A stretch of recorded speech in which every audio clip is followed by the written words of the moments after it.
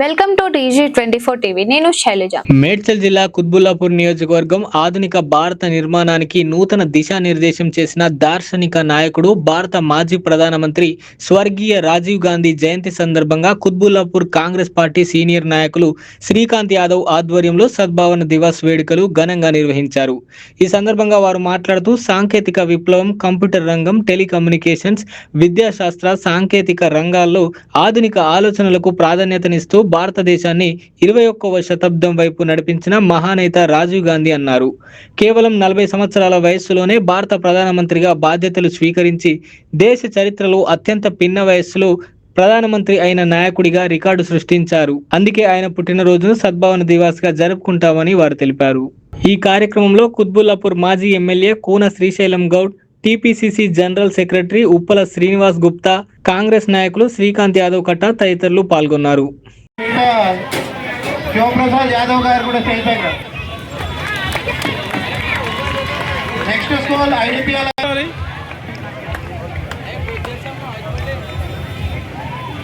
Okay.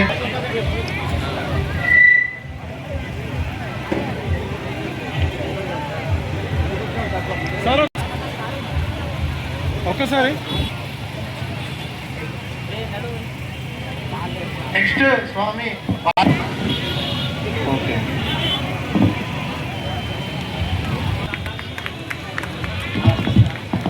Sir ఒకసారి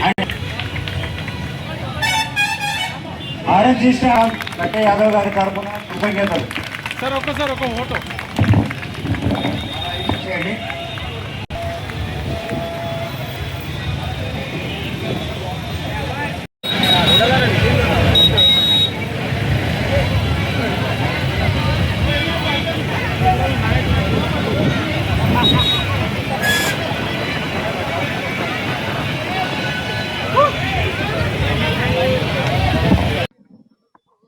రాజీవ్ గాంధీ గారి యొక్క 82వ జయంతి సందర్భంగా మరి ఈరోజు దేశమంతా కూడా మరి ఆయన యొక్క జయంతి జరుపుకోవడం జరుగుతుంది.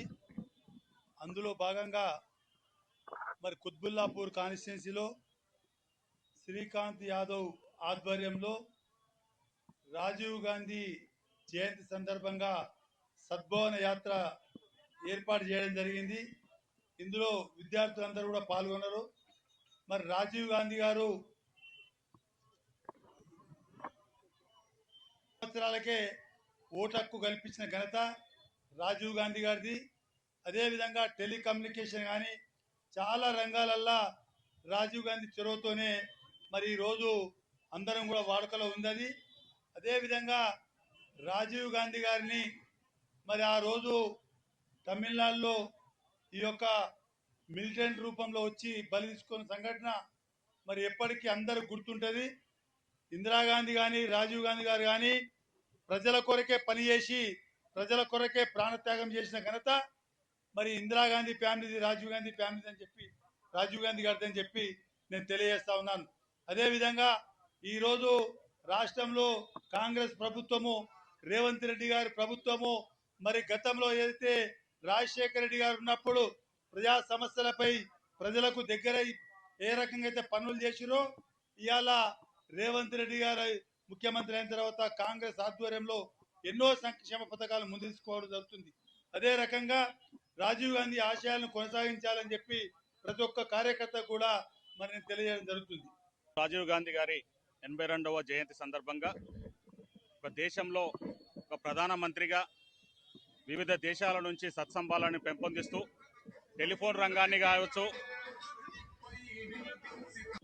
టెలిఫోన్ రంగంలో కానీ మొబైల్ రంగంని కానీ ముందుకు తీసుకొచ్చి ఇవాళ దేశంలో ఉన్న 28 రాష్ట్రాలకు ఒక ప్రధానిగానే కాకుండా ఇంటర్నేషనల్ రిలేషన్స్ కూడా పెంపొందించి భారతీయుల హక్కుల కోసం కొట్లాడిన మహోన్నత వ్యక్తి రాజీవ్ గాంధీ గారు.